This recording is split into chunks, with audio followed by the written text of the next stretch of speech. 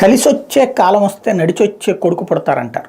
ప్రస్తుతం అలాంటి కాన్సెప్ట్ అయితే ఒకటి స్పష్టంగా కనబడుతుంది తెలుగుదేశానికి కడప జిల్లాలో. ఎందుకంటే అయాచిత వరంగా వచ్చినటువంటి వాళ్ళు, వైసీపీ నుంచి వచ్చినటువంటి నాయకులు, వాళ్ళ ఇంపాక్ట్ అక్కడ కమలాపురం కావచ్చును, లేకపోతే కనుక అటు వరదరాజరెడ్డి గారి పేర్లు ఇవన్నీ వినబడుతున్నాయి కదా. అక్కడ ఒక 3-4 గిట్టల్లో తెలుగుదేశం చాలా స్ట్రాంగ్ అయింది. ఒకప్పుడు 1-6 అన్నటువంటి దగ్గర నుంచి ఇప్పుడు ఇంకా కొత్తగా కూడా జాయినింగ్స్ నడుస్తున్నాయి.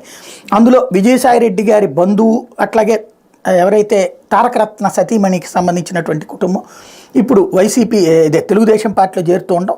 ఉమ్మడి కడప జిల్లాలో పునర్విభజనలో రద్దయిన లక్కిరెడ్డిపల్లి నియోజకవర్గ మాజీ ఎమ్మెల్యే గడికోట ద్వారకానాథ్ రెడ్డి బుధవారం తెలుగుదేశం పార్టీలో చేరారు. ఆయన బావ రాజ్యసభ సభ్యుడు విజయసాయిరెడ్డి, సునందారెడ్డి దంపతులు మినహా ఇతర కుటుంబ సభ్యులంతా పార్టీలో చేరడానికి సిద్ధమయ్యారు. అంటే విజయసాయిరెడ్డి బావ తో పాటుగా సునందారెడ్డి దంపతులు మినహా మిగతా కుటుంబ సభ్యులంతా పార్టీలో చేరడానికి సిద్ధమయ్యారు. మంగళగిరిలోని పార్టీ కార్యాలయంలో చంద్రబాబు సమక్షంలో చేరుతున్నారు. ఇప్పటికే చంద్రబాబు లోకేష్లతో సంప్రదింపులు జరిపారు. ద్వారకానాథ్ రెడ్డి మేనకోడలు అలేఖ్యారెడ్డి దివంగత సినీ నటు నందమూరి తారకరత్న సతీమణి.